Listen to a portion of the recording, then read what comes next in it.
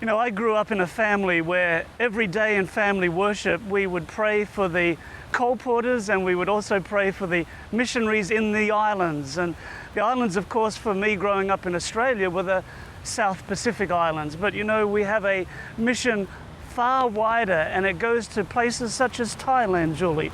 And Julie Griswold is my guest today. Julie and Scott and their family have served as missionaries for how many years now, Julie? Close to 15. 15 years. How long have you been married? For 20, we just celebrated our 20th anniversary in March. Wow, so 3/4 of your married life has been outside of your homeland. Yes. What led you to leave America in the first place? I think it started when I was a junior in Sabbath school class. A missionary from Borneo came, and at that moment I said, that's what I want to do when I grow up. So I went as a student missionary out of Walla Walla, and then after graduation at Andrews, my graduation day is when we got the call to Cambodia. Wow. So you started off in the country of Cambodia. Were you prepared for Cambodia? No. You learned a lot on the job. Yes. Yeah. So what did you do there? We first were in the refugee camps, working in the refugee camps until they closed. And then when the last repatriation bus went in, then we followed them to just encourage them to not wait for things to get organized, but just to start sharing the gospel with the village that they were going back to. Wow. And then we actually ended up working in the slums. We love the poor and we love children. And Cambodia at that time, about 70% were under the age of 15. So we, my work was primarily to work with widows and children and to try to find jobs for them. And then from that, then they started being interested in the gospel. Goodness, now you started as missionaries with Adventist Frontier Missions, a supporting ministry of the church. What did you learn? What were some of the main things you learned while you were in Cambodia? To give my fear to God. Okay.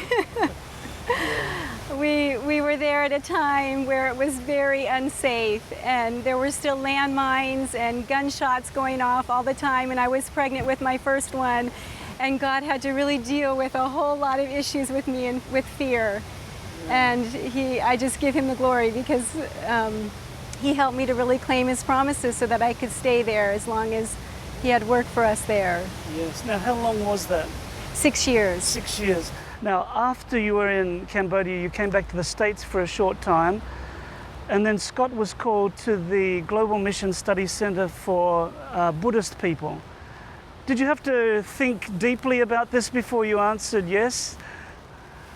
Yes, and yet the Lord promised, I just felt his assurance that he would give me peace, and this was my husband's call, that he was going to really impress it on my husband. And so we went out for a weekend just in the mountains in a cabin, and he fasted and prayed, and when he came back, his face just shone, and I thought, okay, Lord, whatever he's going to say, I'm going to follow, and I'll know that you'll be with me and give me that peace.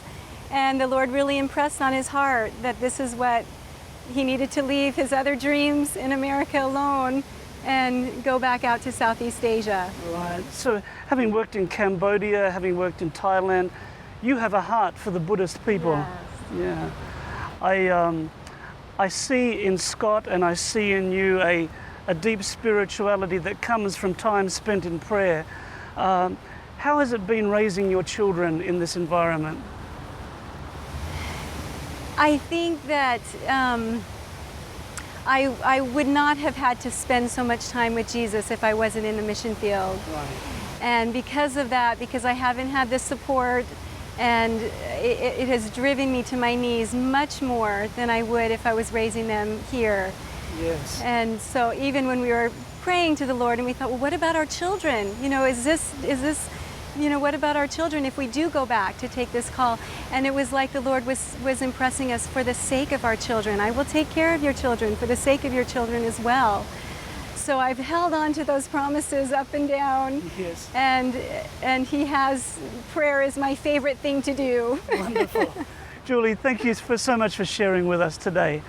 And please, like I did growing up and I still do today, please remember the missionaries around the world in your prayers.